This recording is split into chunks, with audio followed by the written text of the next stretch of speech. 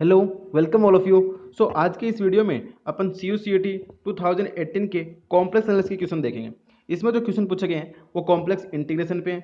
Cauchy-Gosset theorem पे हैं और इसमें जो पीछे के जो क्वेश्चन है तो हमने 2019 में देखे वो बहुत से क्वेश्चन रिपीट हो रहे हैं। तो कहने का मतलब ये है कि इनमें जैसे लास्ट वीडियो में मैंने आपको थोड़ा बताया था कि क्वेश्चंस के अलावा अपन कैसे कर सकते हैं कि ऐसा स्टेटमेंट आ सकता है कि वैसा आ सकते हैं, तो वो सब 2018 में पूछे गए हैं। तो यानी कि कहने का मतलब अपने को क्वेश्चन देखने के साथ साथ जो इसकी की पॉइंट्स है वो भी ध्यान में रखने ताकि ऐसे क्वेश्चन आए तो अपने गलत ना हो। और ऐसे ही क्वेश्चन पूछे जाएंगे CUCT में, इनके पास और कुछ बचा ही नहीं है, बस वही रिपीट कर रहे हैं। सो आइए वन बाय वन इसके क्वेश्चन देखते हैं। तो सबसे पहला क्वेश्चन यहाँ पे वो कोसी इंटीग्रल पे है कि the integral mod z equals to 2 cos z upon z cube d z equals to, यानी कि cos z upon z cube d z अपने को पूछा गया है और C mod z equals to 2 यानी कि सर्किल दिया गया है विद सेंटर 0 रेडियस 2, ये अपने को पूछा गया है। तो अब इसमें अपन कोसी इंटीग्रल फॉर्मूला कैसे लगाएंगे, तो वही जैसे लास्ट वीडियो में अपन कोसी इंटीग्रल फॉर्मूला देखा था कि एफ एनालिटिक फंक्शन है इन सिंपली कनेक्टेड डोमेन। वहाँ पे हमने बताया था कि सिंपली कनेक्टेड डोमेन क्या होता है, डोमेन क्या होता है, एंड जेड जीरो कोई डी में पॉइंट है तब एफ एन जेड जीरो यानी nth derivative of F at Z zero equals to factorial N upon 2 pi iota integral over F Z upon Z minus Z zero की power N plus one D Z. या अपन इसको ऐसे भी ले सकते हैं कि अगर इस इंटीग्रल की वैल्यू फाइंड आउट करनी हो तो इसको अपन इधर ले जाएंगे तो 2 pi iota upon factorial F N Z zero, ये ऐसा बन जाएगा। अब अपने को गिवन है कि cos z upon z cube d z mod z equals to 2, तो अपन सर्किल बना लेंगे और जीरो कहीं यहाँ अंदर होगा, तो यानी कि इसकी जो सिंगुलरिटी है इसको अपन ऐसे लिख सकते हैं जेड माइनस जेड जीरो की पावर 3 या 3 को लिख सकते हैं 2 प्लस 1। तो यहाँ से अगर कंपेयर करें तो एन की वैल्यू कितनी होगी, एन इक्वल्स टू अपना आ गया 2 आ गया, और ये मोड जेड इक्वल्स टू 2 है तो ये जेड जीरो पॉइंट है इसके अंदर, यानी कि z zero belong to D बोलते हैं तो इसके अंदर आ गया। तो अब अपने इसमें फॉर्मूला डायरेक्ट अप्लाई करें तो ये कैसा बन जाएगा, 2 pi iota factorial two F two Z zero, यानी कि दो बार डेरिवेटिव करना है इसका एफ का, और एफ अपना यहाँ पे क्या है कोस जेड है तो f z equals to cos z, और कोस जेड का डेरिवेटिव क्या होता है माइनस का साइन जेड, दोबारा करेंगे तो माइनस का कोस जेड और जीरो पे पुट करेंगे तो वैल्यू क्या जाएगी माइनस का कोस जीरो यानी कि माइनस वन, तो यानी 2 pi iota upon factorial 2 into f two Z zero जिसकी वैल्यू क्या है माइनस वन, तो 2 से 2 कैंसिल यानी कि माइनस पाई आइटा, तो integral over C mod z equal to t mod z equal to 2 cos z upon z cube d z की value आ गई माइनस का पाई आइटा। तो यानी कि इस क्वेश्चन का आंसर क्या हो गया माइनस का पाई आइटा। तो इसमें 10 क्वेश्चन थे तो आपको मैक्सिमम 10 मिनट लगते, सारे क्वेश्चन ऐसे ही हैं और 10 क्वेश्चन पूछे जा रहे हैं हर बार, तो आप कॉम्प्लेक्स एनालिसिस को हल्के में ना लें और उसको हर मतलब आसानी से देखें। और जो नेक्स्ट क्वेश्चन है कि for every path between the limit -2 से 2 plus iota z plus two square d z is equals to, यानी कि माइनस का 2 से 2 plus iota z plus to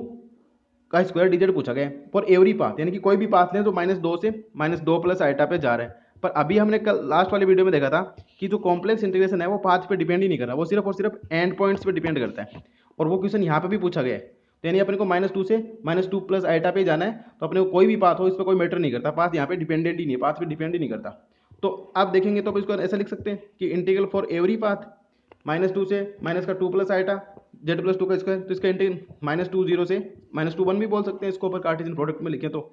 यानी कि अपन यहाँ से यहाँ जा रहे हैं तो यहाँ से यहाँ ऐसे भी जा सकते हैं, ऐसे घूम फिर के आए मजे से आराम से चलते हुए यहाँ पे आए या कैसे भी आए, पर बात ये कि पाथ पे डिपेंड ही नहीं करता कि आप कैसे भी जैसे मर्जी है वैसे जाए, ये सिर्फ और सिर्फ एंड पॉइंट्स पे डिपेंड करता है। तो इसको अपन ऐसे लिख सकते हैं -2 से -2 प्लस आइटा 2 प्लस जेड का स्क्वायर डी जेड, ये बन जाएगा 2 प्लस जेड का क्यूब अपॉन 3 और -2 से माइनस का 2 प्लस आइटा, और अब इसमें लिमिट पुट कर देंगे आसानी से। तो इसको सोल्व करेंगे, जैसे ये -2 है तो 2 से 2 कैंसिल हो जाएगा, आइटा क्यूब ये 0 बन जाएगा तो आइटा क्यूब माइनस 0 यानी कि आइटा क्यूब बाई 3, तो इस इंटीग्रल की वैल्यू क्या आ गई आइटा क्यूब बाई 3। देखो अब वहाँ पे तो ऐसा पूछ लिया कि प्रूव करो कि मतलब जो कॉम्प्लेक्स लाइन इंटीग्रेशन है वो पाथ डिपेंडेंट है कि नहीं, वैसा क्वेश्चन यहाँ पे पूछा गया और इसकी एप्लीकेशन ये वाली पूछ ली कि कॉम्प्लेक्स जो लाइन इंटीग्रेशन है वो पाथ पे डिपेंड नहीं करता है, ऐसा अपन यहाँ पे भी पूछ लिया गया और वहाँ पे भी पूछा गया था। तो अपन देखेंगे इसका आंसर क्या जाएगा फिर आइटा क्यूब क्या हो जाता है, अब आप यहाँ पे अपने आया आइटा क्यूब बाई 3, तो आइटा क्यूब बाई 3 तो ऑप्शन में ही नहीं है,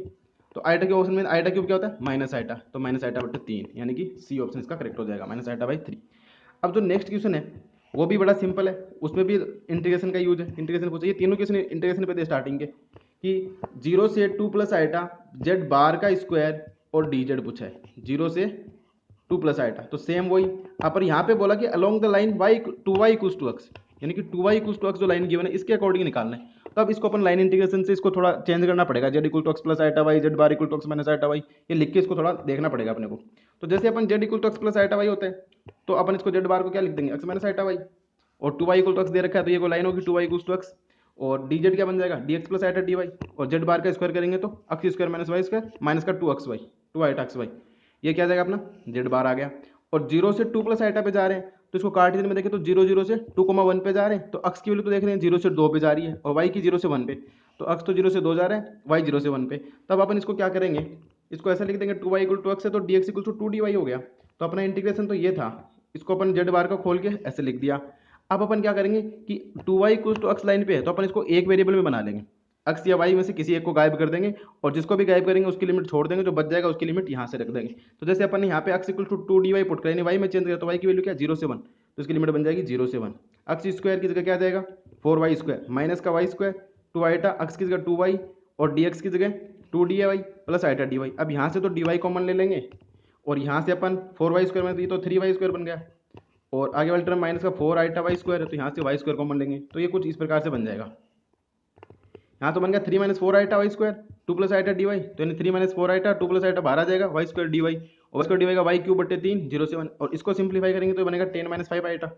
अब 10 माइनस 5 आइटा से 5 कॉमन ले लेंगे तो 5/3 और 2 माइनस आइटा क्योंकि 1/3 आ जाएगा यहाँ से, तो ये 5/3 2 माइनस आइटा, यानी कि 0 से 2 plus iota Z bar square d z की वैल्यू आ गई 5/3 2 माइनस आइटा, तो 5/3 2 माइनस आइटा इसका आंसर हो जाएगा जो भी ऑप्शन है। तो 5/3 2 माइनस आइटा बी ऑप्शन में दिख रहा है, इसका ऑप्शन बी करेक्ट हो जाएगा। तो इस प्रकार से इसमें सिंपल सा ये क्वेश्चन था। अब आगे के क्वेश्चन है वो आप देखेंगे कि आपको कुछ करने की जरूरत नहीं है, सारे के सारे रिपीट हो रहे हैं, मतलब 2019 के पूछे 2018 में पूछे 2019 से पूछ रहे हैं, पहले 2019 के कर लिए थे तो अपन को अब ये वाला क्वेश्चन तो एकदम से 11th क्लास का क्वेश्चन हो गया कि z equal to x comma y in C if z bar equal to अपने को जेड गिवन है और पूछा कि जेड बार बताओ। अब अपन जानते हैं कि for z equal to x y ये भी बता दिया कि z equal to x comma y, यानी कि जब अपन लिखते हैं z equal to x plus iota y तो ये बोल रहा है इसको आप टपल के रूप में लिखो एक्स कोमा वाई, तो जेड बार कौन सा टपल बनाएगा ये अपने को बताना है। तो अब अपन देख लेते हैं कि जेड की वैल्यू क्या होती है, जेड बार की क्या होती है और जेड इंटू जेड बार करेंगे तो क्या आएगा। तो z equal to x comma y और जेड बार ये अपने को गिवन है और जेड बार पूछा है, तो अपने जेड को एक्स प्लस आइटा वाई तो जेड बार की वैल्यू आ गई एक्स माइनस आइटा वाई, और जेड इंटू जेड बार करेंगे और इक्वल टू जेड लिखेंगे तो एक्स प्लस आइटा वाई और ये बनेगा x plus iota y into x minus iota y, यानी कि x square plus y square plus iota into zero अपन इसको लिख सकते हैं, यह बनेगा एक्स प्लस आइटा वाई। तो दोनों तरफ कंपेयर करेंगे तो वाई की वैल्यू तो जीरो आ गई और x square plus y square equals to x आ गया। अब वाई की जीरो पुट करेंगे तो x square equals to x आ जाएगा, तो x into x minus 1 equal to 0, x की वैल्यू 0 0 0 और 1, तो जेड बार की पॉसिबिलिटी क्या है, या तो 0 0 हो सकता है या 1,0, पर 0 0 बोलने का क्या मतलब है, ये तो एक्स और वाई तो वहाँ पे तो हमेशा ही जेड और जेड बार इक्वल ही रहेंगे, कुछ भी कर लो सब कुछ सारे प्रॉपर्टी होल्ड हो जाएंगे यहाँ पे 0 0 पे। तो मतलब अब एक्स की वैल्यू एक्स और वाई की वैल्यू क्या आ गई 1,0, पर अपने को किसकी चाहिए एक्स कोमा माइनस वाई, क्यों, क्योंकि जेड बार इक्वल्स टू क्या होता है एक्स माइनस वाई, यानी कि एक्स माइनस आइटा वाई होता है, तो अपन एक्स कोमा माइनस वाई रखेंगे तो एक्स की वैल्यू तो वाई 1 और वाई की value minus y, sorry x की वैल्यू तो रखेंगे पुट 1 और माइनस का वाई, तो वाई की जीरो है तो माइनस वाई करेंगे तब भी जीरो रहेगा, तो यानी 1,0 ही बनेगा, तो कुछ भी कर लो तो 1,y। अगर मान लो यहाँ पे पूछता माइनस का जेड बार तो भी अब यहाँ पे माइनस आ जाता, या पूछ लेता जेड बार बट्टे 2 कुछ भी, मतलब इस कहने का मतलब है कि इसको भी आगे चेंज करता रहता, पर बात कॉन्सेप्ट ये है कि एक्स की वैल्यू तो 1 आएगी और वाई की वैल्यू 0, तो यहाँ पे जेड बार की वैल्यू अपनी क्या आ गई एक्स कोमा माइनस वाई होता है तो 1,0, तो इसका आंसर क्या हो जाएगा फिर 1,0। तो बड़ा सिंपल क्वेश्चन था, बस देखने से लगता है कि जेड बार दे दिया, जेड बार पूछ रहा है, इसमें तो कहीं है ही नहीं 1,0, तो मतलब इसके क्वेश्चन ऐसे ही आएंगे CUCT के कि आपको बस मिस्टेक्स नहीं करनी है, सिंपली बस सोल्व करना है, जो भी गिवन है उसको देखो और बस आंसर टिक करो, तो इसका 1,0 आंसर हो गया। अब नेक्स्ट वाला क्वेश्चन है वो तो आप देखेंगे रिपीट ही हो गया, ये तो बोलेंगे 2019 में हमने किया था कि an analytic function is infinitely differentiable, not differentiable, finitely differentiable, none of these. अब देखो वहाँ पे अपन देखा था एंटायर फंक्शन, यहाँ पे पूछा एनालिटिक फंक्शन, पर वहाँ पे भी हमने डिस्कस किया था कि कोई फंक्शन एंटायर होता है तो वो एवरीवेयर एनालिटिक होता है, यानी पूरे कॉम्प्लेक्स प्लेन में सब जगह एनालिटिक होता है, तो मतलब एनालिटिक एंटायर फंक्शन एनालिटिक, तो बात होगी यहाँ पे एनालिटिक फंक्शन भी इनफाइनाइट डिफरेंस हो जाएगा। कैसे हो जाएगा, जैसे अपन एनालिटिक बोलने का मतलब है कि वो अनकाउंटेबल्स नंबर्स पे क्या है एनालिटिक है, यानी एनालिटिक फंक्शन होता है उसका डेफिनेशन ये होता है कि uncountable analytic at uncountable points. अब एनालिटिक बोलने का मतलब डिफरेंशिएबल, तो एनालिटिक है मतलब डिफरेंशिएबल एट अनकाउंटेबल पॉइंट्स, यानी कि एनालिटिक यानी इनफाइनाइटली डिफरेंशिएबल हो गया, यानी कि वो क्या है कि अनकाउंटेबल नंबर ऑफ पॉइंट्स या इनफाइनाइटली पॉइंट्स पे डिफरेंशिएबल है, इनफाइनाइटली पॉइंट्स पे एनालिटिक है, तो अपन बोल सकते हैं कि एनालिटिक फंक्शन होगा तो इनफाइनाइटली डिफरेंशिएबल हो जाएगा। तो ऐसा क्वेश्चन पूछा गया और एक बार इसी बार 2018 में तो ये 2 बार पूछ लिया, सेम क्वेश्चन 2 जगह आ गया, तो मतलब आपको 2 क्वेश्चन थे, 2 क्वेश्चन के नंबर पक्के हो गए ऐसे ही, और ये 2019 में भी आ गया था, तो मतलब इनफाइनाइटली डिफरेंशिएबल हो जाएगा, an analytic function is infinitely differentiable, तो ए ऑप्शन हो गया। अब जो नेक्स्ट क्वेश्चन है उसमें पूछा गया है, अब ये देखो ये तो हमने पीछे लास्ट टाइम भी किया था कि if f z is analytic in simply connected domain D then for every close path C in D. अब देखो वहां पे क्या क्वेश्चन था, वहां पे ये लाइन तो सेम टू सेम लिखी हुई थी और साथ में ये भी लिखा गया था कि वैल्यू बताओ इसकी phi C f z d z, इसकी वैल्यू बताओ, तो इसकी वैल्यू हमने वहाँ पे बताई थी 0/cos-Gauss थ्योरम से। और यहाँ पे क्या हो गया, यहाँ पे ये वाला भी अपन को पूछ रहा है कि किसकी वैल्यू 0 होगी, ये अपन को बताना है कि इसकी वैल्यू इंटीग्रल सब ऑप्शन में सेम है। यहाँ पे ऑप्शन में इंटीग्रल दे दिया था, वहाँ पे 0 iota 2 pi iota -2 pi iota ऐसा ऑप्शन था 2019 में। और 2018 में क्या करा, यहाँ पे सिर्फ और सिर्फ कोई चेंज नहीं करा, सेम ऑप्शन रखा और वैल्यू पूछी। तो कहने का मतलब ये कि Cauchy-Gauss थ्योरम का स्टेटमेंट ये है। तो integral over C f z d z की वैल्यू क्या आएगी, 0 ही आ जाएगी। तो यानी कि ये कुछ नहीं है, बस Cauchy-Gauss थ्योरम का स्टेटमेंट था, तो इसका ए ऑप्शन करेक्ट हो जाएगा। यानी कि Cauchy-Gauss थ्योरम ये तो बोलती है कि एफ जेड इज एनालिटिक है सिंपली कनेक्टेड डोमेन डी में for every close path in C then integral over C f z d z equals to 0। तो ये आपको याद होनी चाहिए। अब मतलब ऐसा नहीं, वहाँ पे ऐसा बोल के नहीं है Cauchy-Gauss थ्योरम। तो मतलब देखो, आप देख रहे हैं 2 बार में दोनों क्वेश्चन पूछे गए और दोनों के दोनों Cauchy-Gauss थ्योरम से, पर कहीं पे भी नाम नहीं लिखा हुआ था Cauchy-Gauss थ्योरम। एक बार स्टेटमेंट देखिए पूछ लिया, एक बार ये देखिए पूछ लिया। अब ऐसा हो सकता है ना कि ये दे दे और पूछेगा कि कौन सी थ्योरम अप्लाई करती है, तो नाम Cauchy-Gauss थ्योरम का नाम भी आ सकता है। तो मतलब क्वेश्चन सेम है, बस तरीके अलग अलग हैं। अब आगे वाला क्वेश्चन है, अब ये भी अपन ने डिस्कस किया हुआ है कि Cauchy-Riemann equation are both necessary and sufficient condition for a complex function to be analytic, necessary and function for to be analytic, only sufficient none of these. यानी कि नेसेसरी और सफिशिएंट दोनों है, नेसेसरी है सफिशिएंट है। तो हमने last video में भी डिस्कस किया था कि Cauchy-Riemann इक्वेशन है वो सिर्फ और सिर्फ नेसेसरी कंडीशन है, सफिशिएंट कंडीशन नहीं है। और सफिशिएंट कंडीशन क्या होती है वो और देख लेते हैं अभी यहाँ पे। तो Cauchy-Riemann equation f z equal to ux plus iota v y होता है, Vxy होता है। तो अपन CR इक्वेशन है Cauchy-Riemann इक्वेशन लिखते हैं ux equals to Vy, Uy equals to minus का Vx। ओनली ये नेसेसरी कंडीशन है। सफिशिएंट कंडीशन क्या होगी, ux Uy Vy Vx ये सारे कैसे होने चाहिए, एग्जिस्ट होने चाहिए और कंटिन्यूअस होने चाहिए, प्लस Cauchy-Riemann इक्वेशन भी सेटिस्फाई होना चाहिए। यानी कि Cauchy-Riemann इक्वेशन तो होनी चाहिए, साथ में ये एक्स्ट्रा कंडीशन आई, तब अपन बोलेंगे कि वो सफिशिएंट कंडीशन है, वरना ये क्या है, ओनली नेसेसरी कंडीशन है। तो CR इक्वेशन क्या है, ओनली नेसेसरी कंडीशन है, सफिशिएंट नहीं है, सिर्फ और सिर्फ नेसेसरी कंडीशन है। तो बी ऑप्शन करेक्ट हो जाएगा इसका। अब आगे वाले 2 क्वेश्चन है, ये तो आप देखेंगे ये तो एकदम से सरल से सिंपल से हैं और बार बार पूछे जा रहे हैं। लास्ट वीडियो में पूछे गए थे, 2019 में भी देखे गए थे अपन ने, और अभी भी देख लेते हैं। एकदम सेम क्वेश्चन है, कोई डिफरेंस नहीं है, हमने कर ली दोनों वैसे अभी देख लिए कि the complex line integral is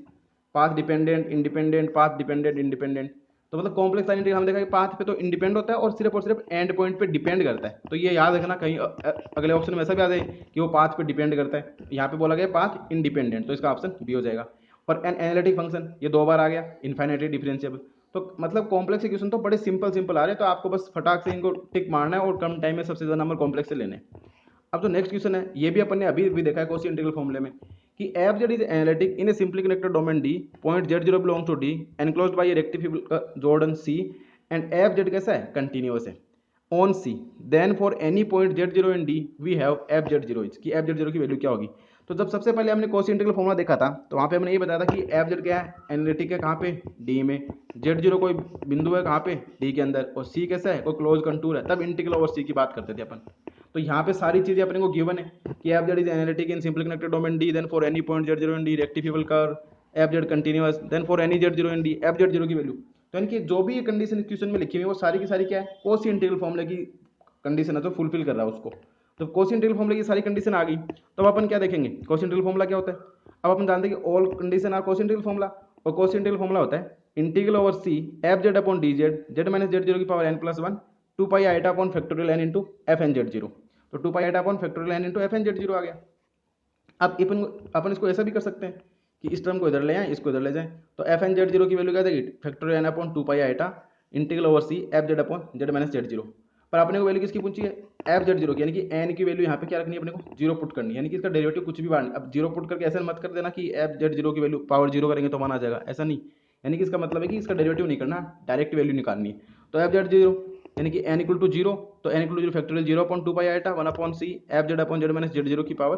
1 और डी जेड बन जाएगा। तो फैक्टोरियल जीरो तो 1 होता है, तो एफ जेड जीरो की वैल्यू क्या आ गई, 1 upon 2 pi iota integral over C f Z upon Z minus Z zero d z. तो ऐसा ऑप्शन सिर्फ अपने को एक ही मिलेगा। अब देखो यहाँ पे ऑप्शन में कुछ नहीं है, बस आपको ध्यान रखना है कि 2 पाई आइटा ऊपर आएगा कि नीचे आएगा। आप कई बार ऐसा भी लिख सकता है ना, माइनस आइटा अपॉन 2 पाई भी लिख देगा, तो बस का 1 अपॉन आइटा माइनस आइटा ही होता है। ऐसे ही ऑप्शन मिलेंगे आपको कंफ्यूज करने के लिए CUCT में, ज़्यादा कुछ नहीं मिलेगा। तो आप देखेंगे कि इसका ऑप्शन तो ये बी वाला करेक्ट हो रहा है, पर अब देखो बाकी में 1 अपॉन 2 पाई कहीं आइटा छोड़ दिया, कहीं आइटा लिख दिया, तो आप ऐसा भी देख सकते हैं कि 1 अपॉन आइटा को ये माइनस आइटा भी लिख सकता है कंफ्यूज करने के लिए। तो ऐसे गलतियों से बचें, और बस सिंपल क्वेश्चन है, बस आप जो भी पढ़ें बस ये 2 वीडियो देख लेंगे आप तो आपको ऐसा लगेगा कि हाँ इसमें तो कुछ नहीं है। और जो 2019 वाला वीडियो है उसकी लिंक आपको डिस्क्रिप्शन में मिल जाएगी और आप यहाँ पे आई बटन पे भी देख सकते हैं। तो आप उसको भी देखें और इसको भी देखें, इसके बाद आपको लगेगा कॉम्प्लेक्स इक्वेशन बड़े सिंपल आते हैं, कॉन्फिडेंस भी आएगा। सो आई होप आपके लिए वीडियो अच्छा रहा होगा। So thanks for watching and keep continue watching exponential mathematics. Thank you.